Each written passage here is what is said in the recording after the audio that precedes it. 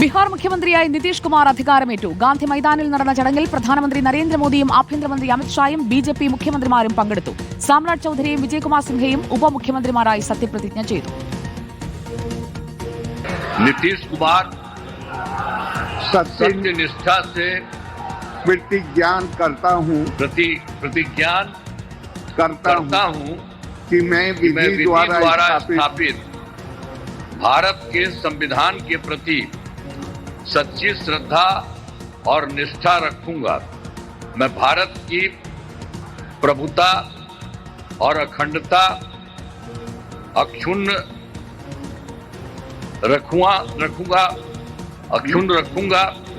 मैं बिहार राज्य के मुख्यमंत्री के रूप में मैं अपने कर्तव्यों का श्रद्धापूर्वक और शुद्ध अंतःकरण से निर्वहन करूंगा तथा मैं भय या पक्षपात, अनुराग या द्वेष के बिना सभी सरकार के लोगों के प्रति संविधान और विधि के अनुसार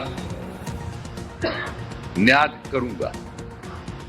നോബൽ മാർക്കാരൻ നമുക്കൊപ്പം ചേരുകയാണ്. നോബൽ മാർക്കാരൻ, അങ്ങനെ 10ാം ഊഴത്തിലേക്ക് കടന്നിരിക്കുകയാണ് നിതീഷ് കുമാർ. ചിരാഗ് പാസ്വാൻ അടക്കമുള്ളവർക്ക് LJPക്ക് കൊടുത്ത പ്രാതിനിധ്യം അത് ഇനി വരും ദിവസങ്ങളിൽ മാറ്റങ്ങളൊക്കെ വരാനുള്ള സാധ്യതയുണ്ടോ? മന്ത്രിസഭ വിപുലീകരിക്കാനുള്ള സാധ്യതയൊക്കെ നിലനിർത്തിക്കൊണ്ട് തന്നെയായിരുന്നില്ലേ സത്യപ്രതിജ്ഞ?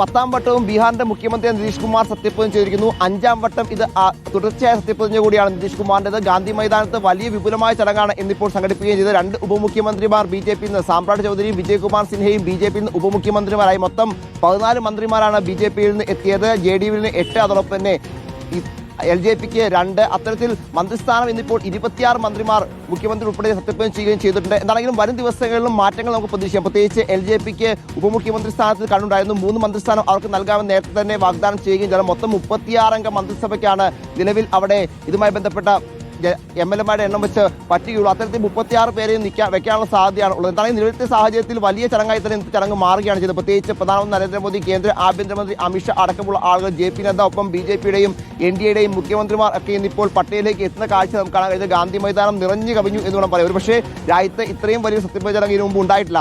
സംസ്ഥാനത്തൊരു മുഖ്യമന്ത്രി സത്യപ്രതിജ്ഞ ചെയ്യുമ്പോൾ ഇത്ര വലിയൊരു ജനക്കൂട്ടവും വളരെ അപൂർവമായി മാത്രമാണ്. അത് മാത്രമല്ല, വേദിയിലാണെങ്കിൽ പ്രമുഖരായ എല്ലാവരും അത്തരത്തിൽ വലിയ പ്രമുഖർ നിരയൊക്കെ ഇത് കാണാൻ കഴിയും. അത്തരത്തിൽ വലിയൊരു ചടങ്ങ് തന്നെയായിരുന്നു. ഗവർണർ ആരിഫ് മുഹമ്മദ് ഖാൻ സത്യവാചകം ചൊല്ലിക്കൊടുത്തതാണെങ്കിലും വലിയ ഒരു സർക്കാർ രൂപീകരണം അത് കൃത്യമായി തന്നെ പൂർത്തിയാക്കുവാനും വലിയ പ്രശ്നങ്ങളില്ലാതെ പൂർത്തിയാക്കാൻ കഴിഞ്ഞു എന്നാണ് BJPക്കും NDAയ്ക്കും ഏറ്റവും വലിയ നേട്ടമായി ഇക്കാര്യത്തിൽ പറയാനുള്ളത്.